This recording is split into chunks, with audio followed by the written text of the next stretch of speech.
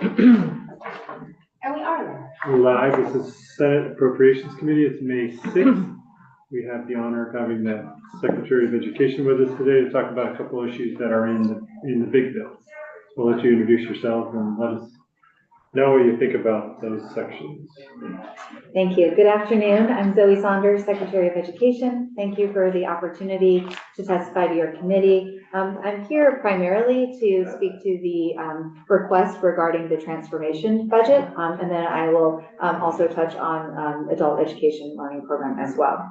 So the transformation budget proposal is directly responding to input that we've received from the legislature and also the field around improving the agency's capacity to support statewide initiatives. We put forward the proposal really thinking about it as a one-year proposal. Had we understood it would have been a multi-year, there would have been really a different amount and scope of work that would be put forward. So I wanted to spend time today really explaining what went into that proposal and highlighting how we are looking to meet a diversity of needs and what will the value add be of the transformation budget proposal.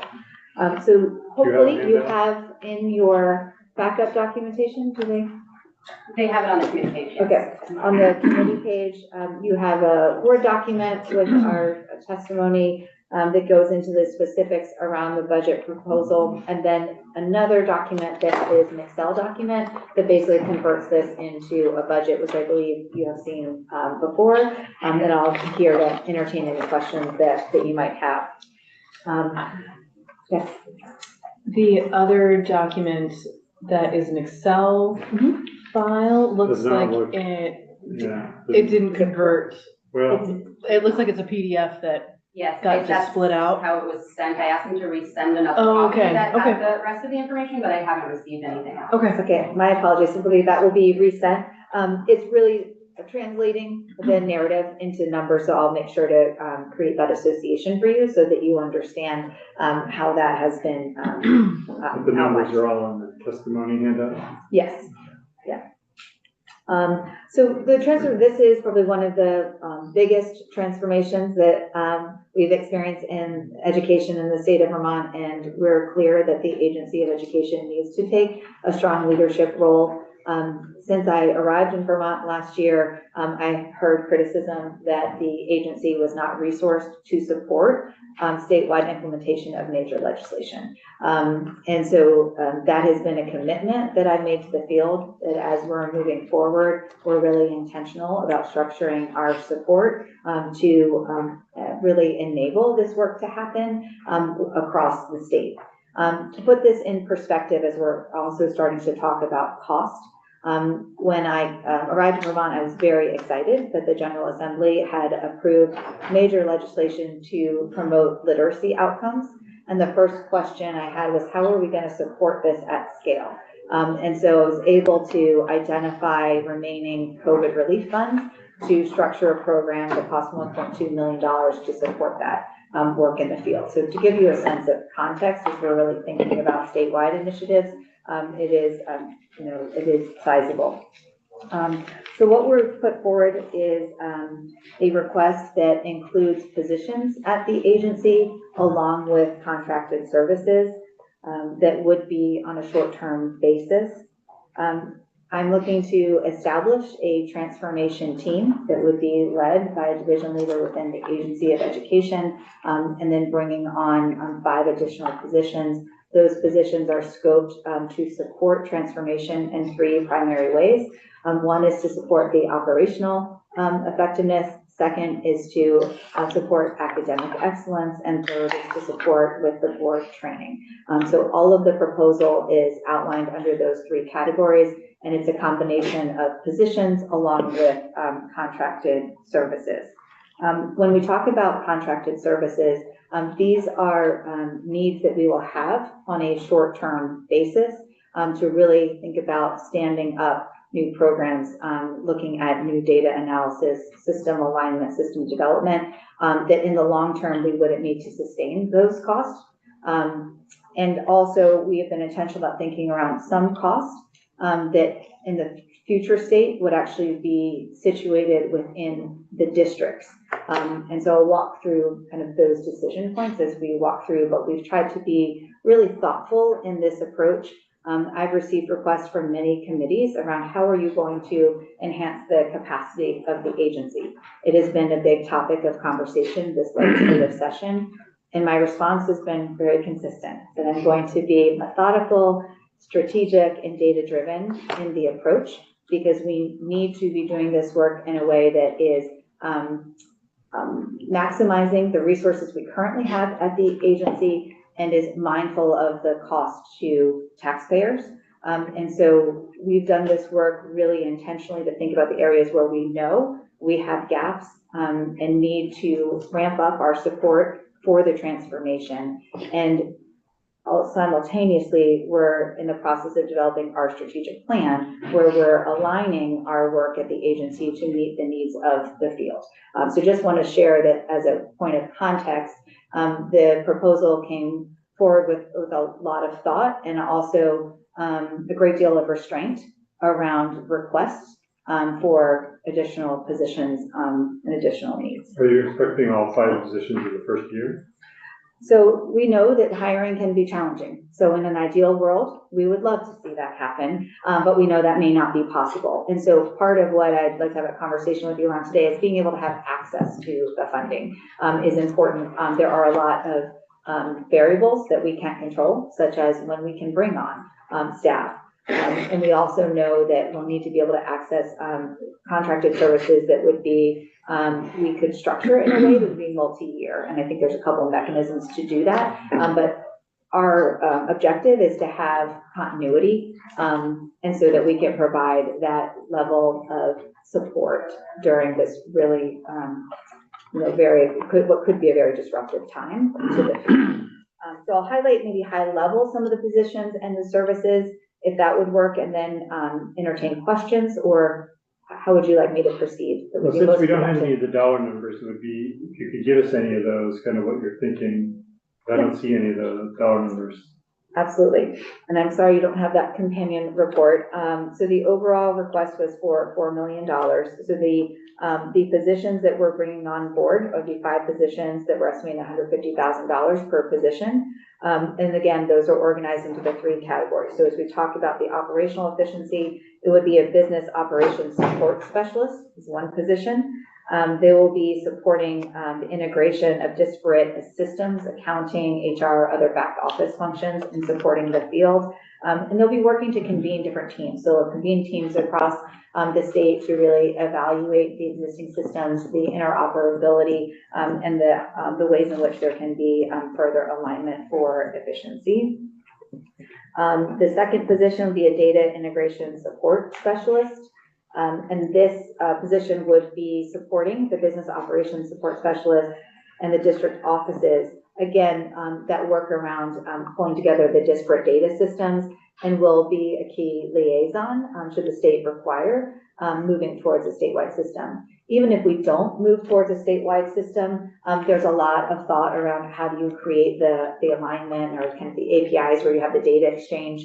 That work is possible without a system, and we would want some expertise to really help evaluate the efficiency of that and the impact statewide. Another position, the next 2 positions that we have listed are supporting with academic excellence. So the first academic position would be a curriculum education. I will tell you that these position titles will likely change. Yeah. They are long to be descriptive, yeah. But they'll probably be short. And that's fine. We're more worried about the money. Okay, so all the positions are at $150,000. They're at the same level that we would be bringing in. That would be working under a coordinated division leader at the agency. That would be an existing staff member, and then so that is really supporting with looking at the alignment around proficiency-based graduation requirements and curricula, high quality instructional materials, all of that work really helping to support training as well would be the next position as we think about really best aligning those resources and tools from the academic perspective. And so really these academic roles are important. We know that any change to the system can be quite disruptive, and we want to make sure that we are providing more of the targeted on-the-ground support for high-quality instruction and teaching and learning. And then the last position is focused on school facilities, really helping to evaluate the facility conditions, identifying those opportunities to best maximize our built infrastructure across the state. So those are the positions, all budgeted at $150,000 per person. Do you have questions, Senator? I do, so I'm trying to remember what you said early on. You said these are one time, so these are limited service or short-term positions. You say they're one time, but some of the transformation work may take more than 1 year. Is there thought about how that might play into this? Yes, so I've been working with the Secretary of Administration to ensure that we can have that continuity. These are, this work goes through the transformation. And also we would expect that they would move into positions to support district quality and education quality in the transformed state. We might see them again. Yes. Okay. Yes. And do you have the dollar number for the contracted services? Yes. And then we have it broken down by the different content areas. Okay. So when we look at the first, hold on a second. My formatting is a little weird here. So on the operational side, and I'll walk through some of those expenses, we have $1,525,000 allocated to that, and also the same amount allocated towards contracted services to support with some of our education quality indicators, which I'll walk through those. And then as we talked about the contracts for the school board support, that is at a lesser amount of $200,000. 1.2, did you say? I'm sorry? 1.2 million for each of the? 1.5, just over 1.5 for each, and then the school board training and support would be at a lesser value because we know that transition is taking longer. This is really helping to support with the closeout activities for the existing boards and helping to develop their curriculum for the new boards and the training that would be supportive of taking on the new districts. Well, that gets you to the 4 million. Would it be helpful for me to walk through what some of the key tasks would be for the contracted service providers in each of these areas? I don't think so. I mean, just because it's not our purview here, it's assume that this would be part of the transformation bill.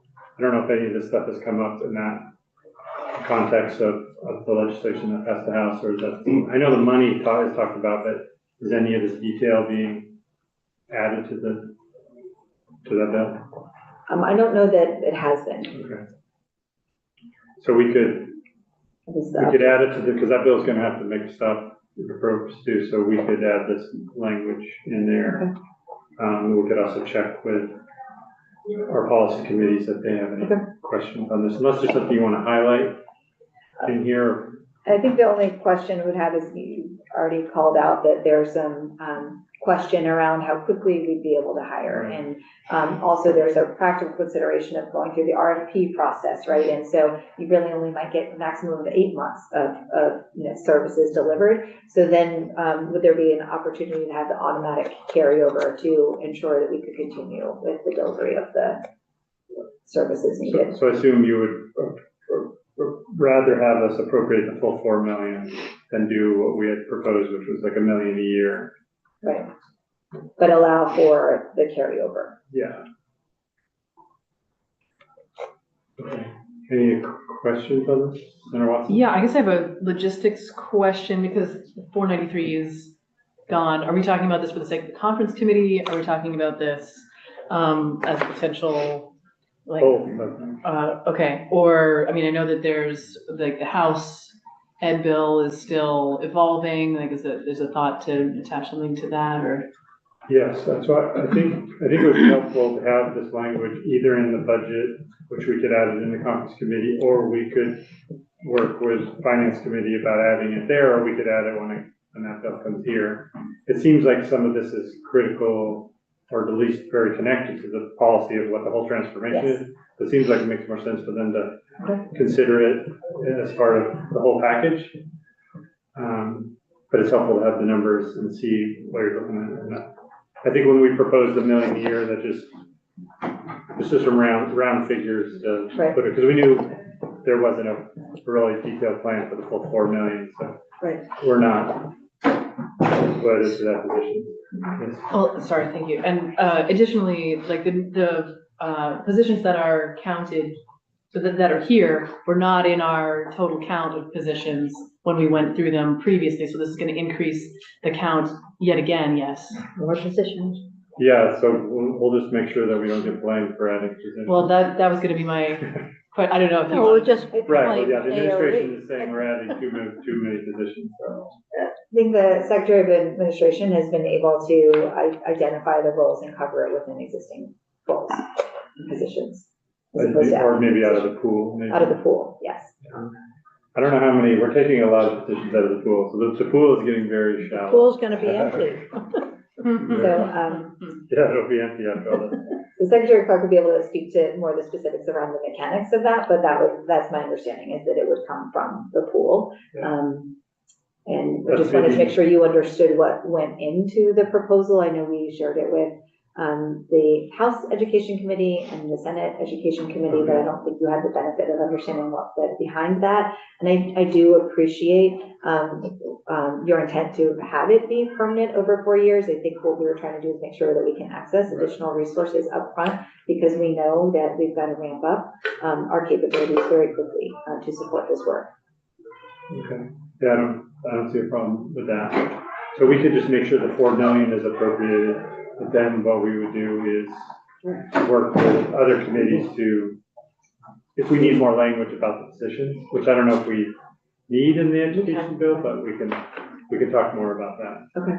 And then there's a lot more details in here also about the contracted services, and I just want to be clear that they're not, they are scoped to, in a way that does not represent existing work by the agency. This is really separate work that is really unique and distinct, tied to the transformation.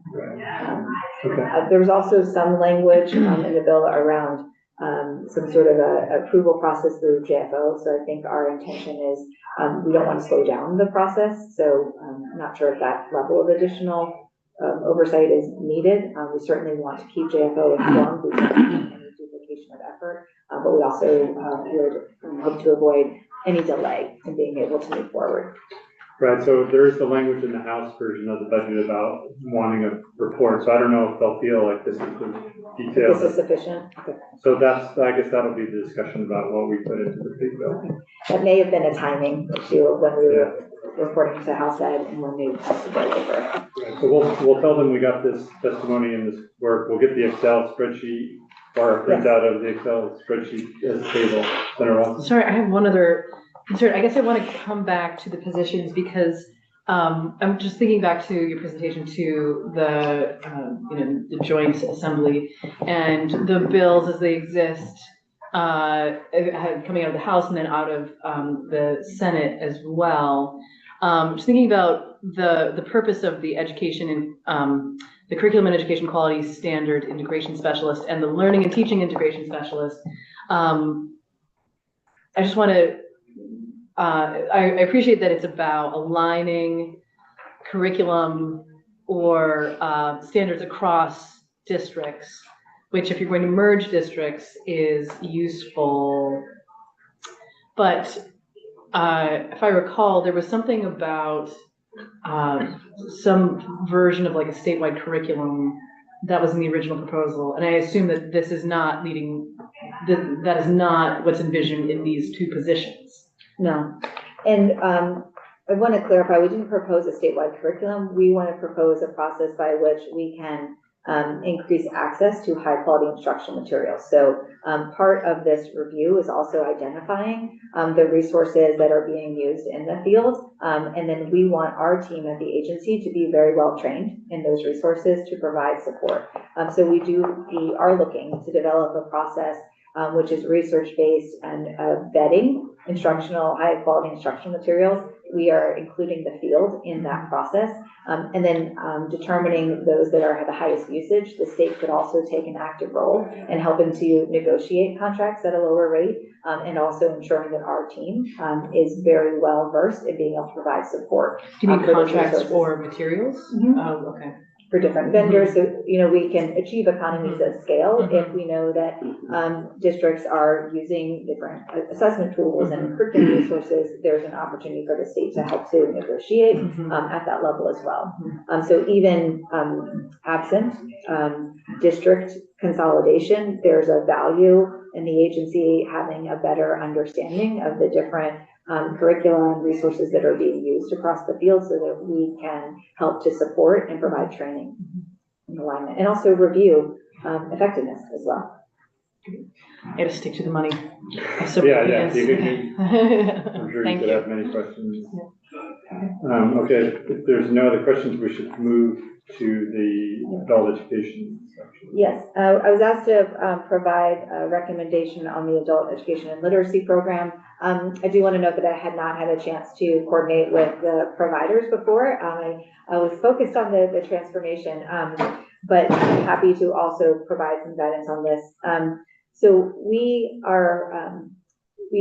opened up a competitive bid process, but it is clear that the General Assembly is interested in a recommendation for how to refine the funding formula. And so we think it is wise to not move forward with the competitive grant program, and then amend the existing grant agreements for a period of 2 years based on the prior funding formula to allow the time for the state board to go into rulemaking in a transparent process. And then we would open up a competitive process in the fiscal year 2028. So the reason we're bringing it forward is, as secretary, I would need explicit guidance to go this direction because we have to follow the federal guidelines of a competitive application process. And so if it's the intent of the General Assembly for us to amend existing grants, I need direction to basically close the current competitive grant program and do as we've outlined here. So this, I believe, is achieving the intent of the General Assembly and gives me as the secretary the direction that would be needed to move forward with that intention. Reason being, if we continued with the competitive grant program, that might shift, I think, the results of that action. Okay. Does that make sense?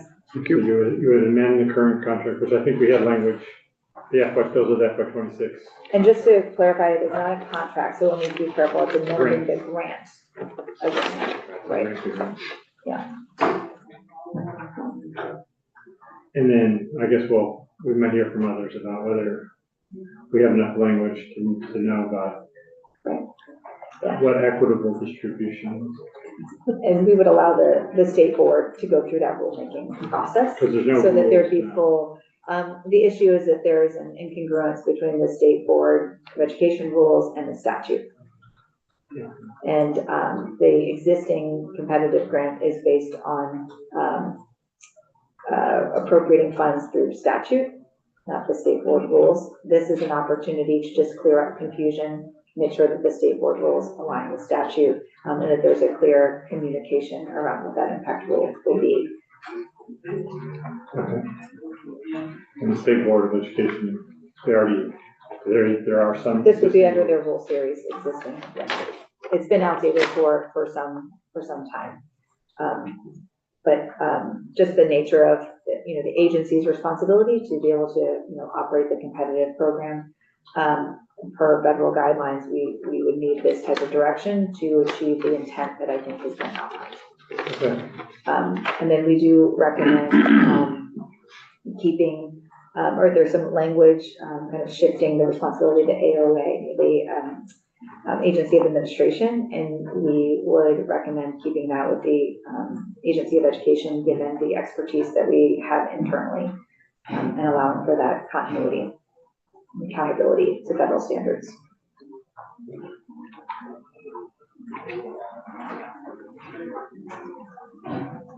Does it say what agency? It just says there's an agency outside of agency of education. It implies that the agency of administration will provide a review of where the program should live.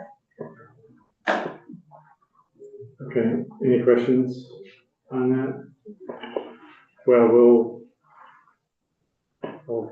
we know how to get hold of you. Yeah. We find out if there's questions on this language, but we'll work to, clarify this in the budget. Any other questions for the secretary? Thank you for coming in. Appreciate your time. Yeah, no problem. Okay, now we're gonna move to H481. Last time this bill was in the committee, we talked about an amendment. This is the stormwater bill. So, Mr. O'Grady, do you have that amendment, or is it on our website? It's on your website. It's like 6 things under O'Grady things. It's prolific. Amendment? Yeah, it says, Okay. Do we need to look at the Harrison amendment? no, that was actually Okay. taken care of. So it's non-existent? But you looked at it, but you didn't. Well, we did do a straw poll on it, so it might be worth just talking Right, about okay. what it does, just to give you a little update Is it, on that. okay. I mean, if it's not related to what we're doing, or Well, it would change an allowable use of the money for the municipal. Municipal implementation. implementation program, which provides financing for municipalities to comply with stormwater permits and other stormwater requirements. What the Harrison Amendment would do with relation to that program would allow municipalities to receive assistance for the design or engineering services necessary to establish a municipal stormwater utility. Because before you even can go to a vote of an ordinance, you have to basically design your system. And so that takes time and money, and so assistance would be available from the program for that. and to your committee. Yeah, we unanimously approved that as an amendment, so. She also added one additional member to the study committee, which will increase the cost of that, because it's a representative of a municipality that would not otherwise be compensated for their. Mr. Duffy had to do a whole new fiscal note. So those are the 2 main changes. Okay. From the Harrison Amendment. In your amendment, you were having discussions about the repeal of the sunset on the clean water surcharge on the property transfer tax. You wanted to build into the system some continued review or predictable review of whether or not the surcharge should continue, at what amount, or whether it should be repealed. You may all know that there's the Clean Water Investment Report that is provided to you by the Secretary of Administration after coordination with the Clean Water Board, and that's provided every year.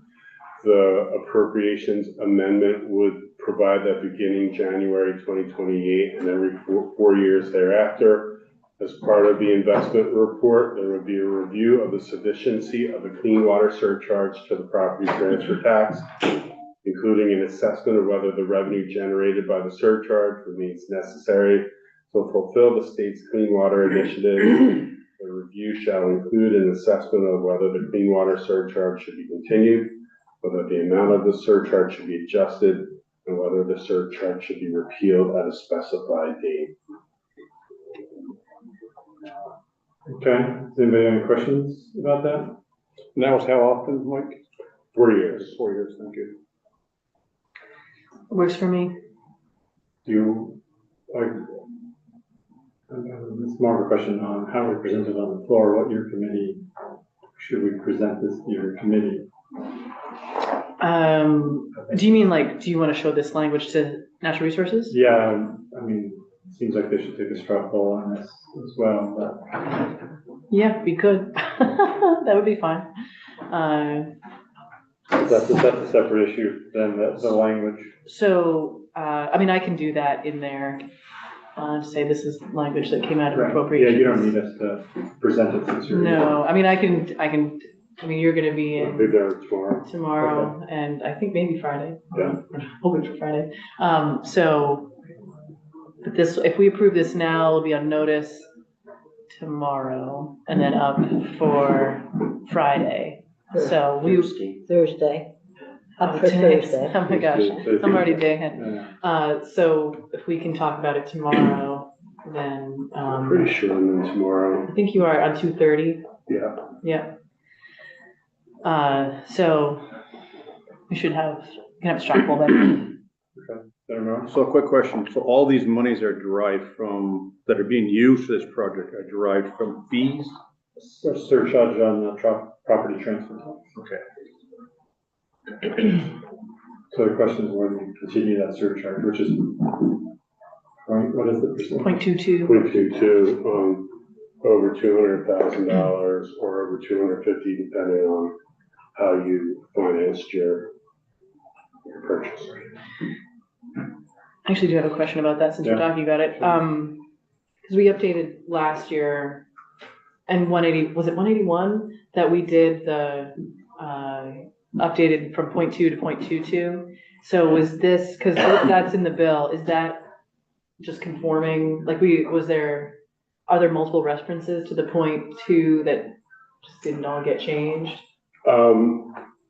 There was one Okay. that needed to be changed, and it was from 2018 when you moved from, where you were contemplating the sunset. Mm-hmm. And Oh, the sunset, right, okay. And there was, findings and purpose about how the surcharge would continue on at 0.04 for the purpose of paying the debt service on the housing bond. And there was a reference in that purpose language to 0.2 that hadn't been changed to Gotcha, 0.22. okay. And it Well, was that's why it changed. was, Right. gotcha, okay, thank you. I didn't want conflict between that and the statute, which is already 0.22. Since this is a committee proposed amendments, I would entertain a motion to accept the amendments to the bill, H 481. So moved. So moved. We do not have our clerk. We have an old clerk, Do you want to an do experienced. it? You could, I'll take it, Previous baby. clerk. Clerk in residence.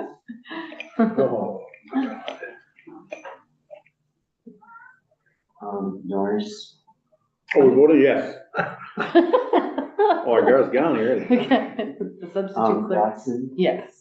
I believe is Lyons, Yes, Husband, yes.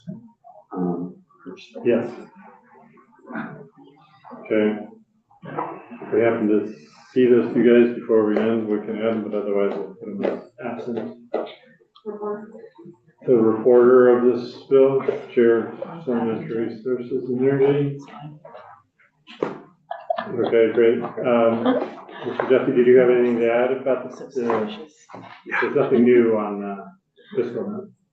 No, James Duffy, Joint Fiscal Office, the floor amendment, the Harrison floor amendment, JFO does not do fiscal notes for floor amendments, so that fiscal note would just be updated to the as passed by Senate, Okay. version of the bill, and. It doesn't really change the money, just change where it can go. Exactly, it changes the allowable use of the appropriation, and then the amendment that the committee just voted on doesn't change the fiscal impacts. Okay. But other than that small increase to the per diem. The minimum. Okay, thank you. We will go on a quick break.